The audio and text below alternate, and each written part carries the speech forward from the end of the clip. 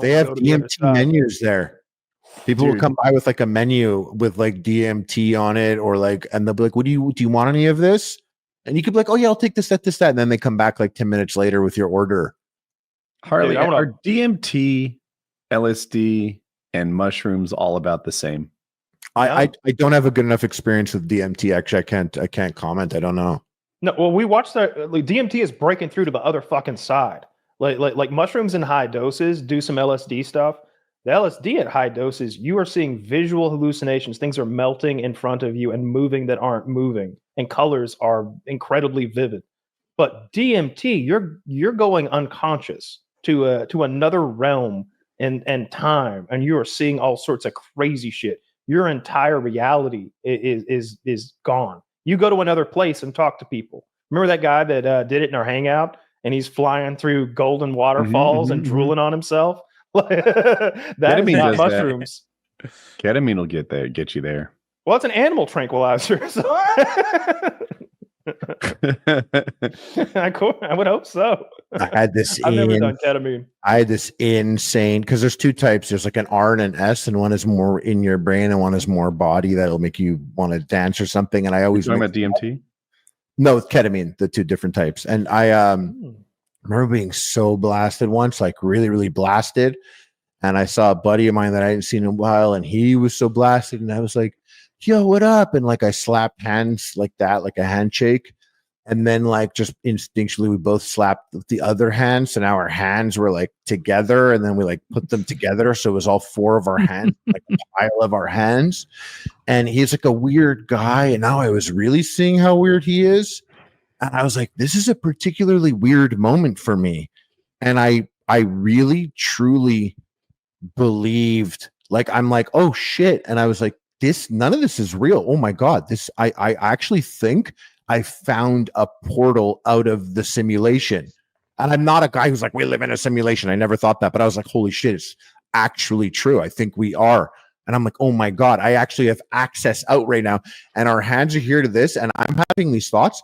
And he's looking at me so weird. And he's like, he looked scared. He was like, he was also blasted. He's like, are you feeling this right now?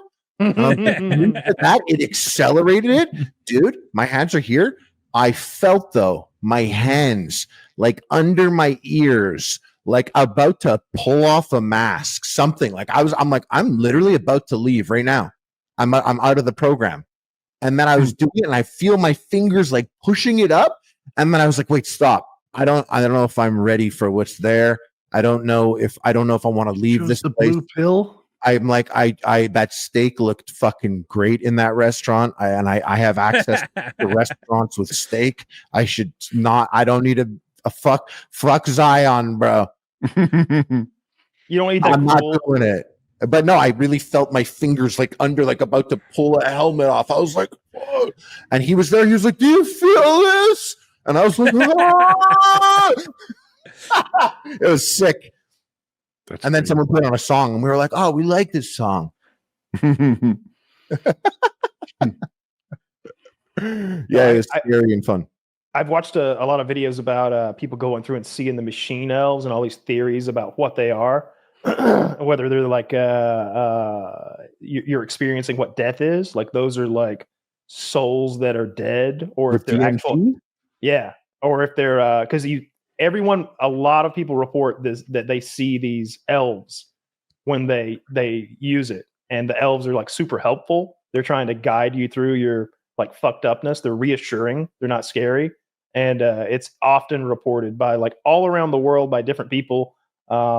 About DMT.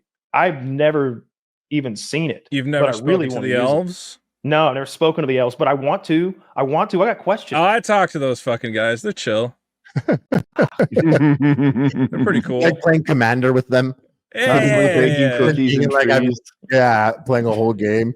Nothing. Some of them are playing like some degenerate blue decks, but they're cool guys, man.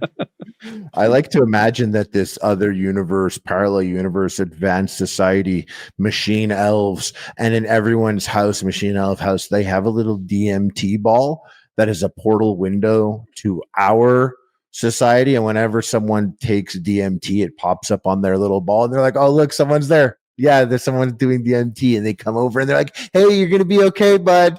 You're good, dude. You're doing great. You're doing awesome. Stick with it. The machine elves love you." And then you're like, ah, ah. And you barf. Do you barf yourself ever with that? How close is DMT to ayahuasca? So ayahuasca makes you like violently ill before it kicks in, seemingly, or as it's kicking in, because you're drinking all that jungle juice. It's a big fucking glass, a goblet or whatever, clay pot that you're drinking out of. But we had a guy in our Patreon hangout, link down below if you want to join, who was doing DMT while we watched. He's smoking it. And he took like I was hyping him up. I'm like, come on, dude, break on through to the other side. And he like took a couple big hits. And I was like trying to guide his like vision quest for him. And I'm like, there's a waterfall right in front of you. You're standing ankle deep in warm, pure, clear water. And as you walk forward and look up, the waterfall's flowing over your face. And it's not water anymore. It's gold. And as you spread your arms, you fly up through the waterfall. Do you see it? And he's like, oh my God, it's beautiful. Counted really well. I was there. And then Dirty joins the call and he goes, you're on fire, and it hurts. Yeah, Dirty literally joined. It was like, nightmare. It's just like,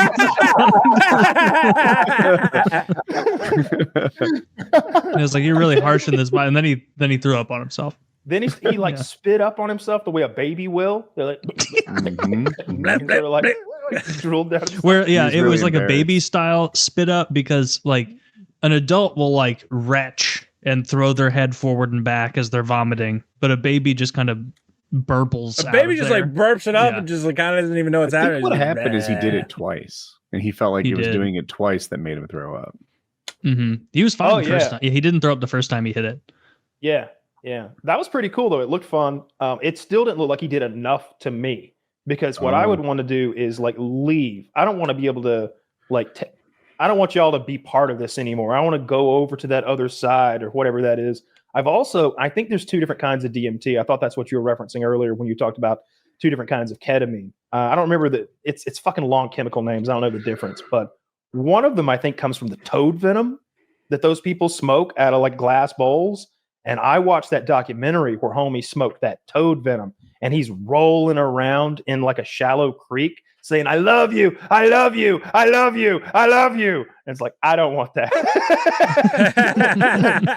It's funny because you can get to a place where you get so far, and I've been there before, and I'd be like really like thinking, and I'm genuinely having thoughts that I can remember and that are just I have this perspective that I'm like, I must really remember this perspective, because this is actually a beautiful way to see life. And I really I finally understand the universal landscape and how me and humanity fit into this.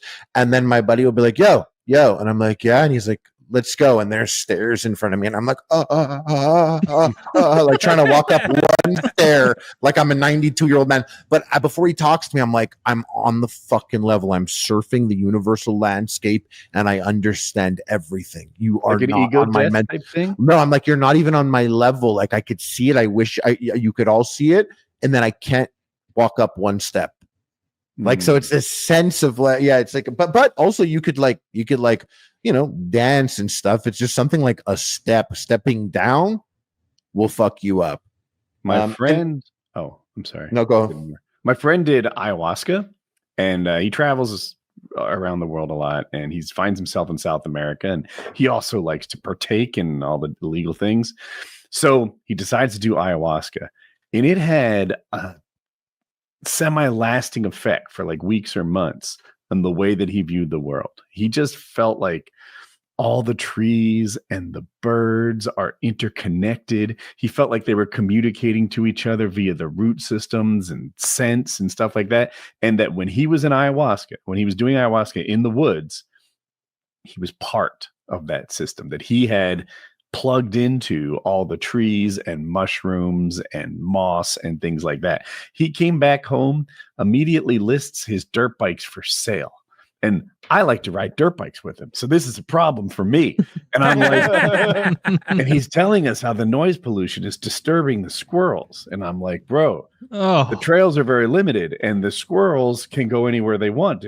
If they choose to be by where the trail system is, then that's something they enjoy. They can always just go where the dirt bikes aren't. And he's like, all right, this is making some sense. Okay. I did talk him down from selling his dirt bike. He had a spiritual awakening and you talked him out of it? Yeah. Fuck, man. that's He's awesome. like, dude, I'm like connected to the world and every living creature. You're like, dude, we got to ride dirt bikes. Knock it off. Woody's right, though. Woody's right. Oh, okay. Thanks, Woody. He's like, Woody, I had such a crazy awakening. And you're like, that's awesome, man. I'm so happy for you. He's like, I think I'm going to quit this hobby. And you're like, well, let's not be rash. Yeah, come on, man. Let's not be crazy. Let's undiscover the great awakening here. Yeah. Good work, Woody. You really brought him back down to the crippling shit reality we live in. He's like, I'm like elevated. I've like found the spirit of shit. There's nothing but dirt bikes for us here. There's nothing else. All right, fine. He's really good at He probably got back on his dirt bike. Was like, yeah, this is awesome. Fuck that. This is pretty good. Dude. It's not bad. Oh, yeah. He was probably like 40 seconds into that first ride. And he's like, nature's so gay. Yeah. I'm back. I'm back in the world of machines and gasoline. Man. Yeah. I'm back in the world of diesel and advanced electronics. Yeah, that's awesome. Oh man, you're a really shitty friend, Woody. That's fucking hilarious. My buddy woke up from the grind that we're all trapped in, and I brought him right back in. It is a very serious concern, though. Like I've seen nobody who was pretty funny take drugs and then be very serious about being a R&B singer. And nothing about him. Nothing about him was ever that. How is that not the funniest thing imaginable? If only, and it took me a while to really be like, yeah, he's not joking. Can you imagine if I went to the desert and did ayahuasca and I came back and like tried to be Usher? That's the funniest. That's the funniest possible. Yeah, the but funniest possible thing would be, and then you are as good. And you are successful. Yeah. I think you should try it, man. Yeah, you're like paying Woody and Kyle. You're like, yeah, take all the videos down. Here's a couple bucks, guys. Take all that shit down. I can't have that out there. Yeah, I got to go grab my crotch with Usher at MSG right now. And P. Diddy. Yeah, I've never dabbled with those intense hallucinogens. I did a small amount of mushrooms in college once with my weirdo roommate. And it never advanced past the point of like I didn't know how much I was taking. I didn't know anything. That's a lot, though. Like mushrooms is a scary drug. Well, that's what I'm saying is like I didn't take the amount required to go on a crazy trip. Like it was really just season 1 of It's Always Sunny breathing at me. I stayed in my dorm room the whole time. He just offered it. He offered it to me like at night on probably like a Tuesday. I took it. A thing I can't relate to about Harley's experience. I'm sorry, Kyle. Like. I like a really safe environment, and Harley likes to go out in public in strange places with loud music, and that's the opposite of me. Dressed like a gay M. Bison. Well, okay, we have something in common.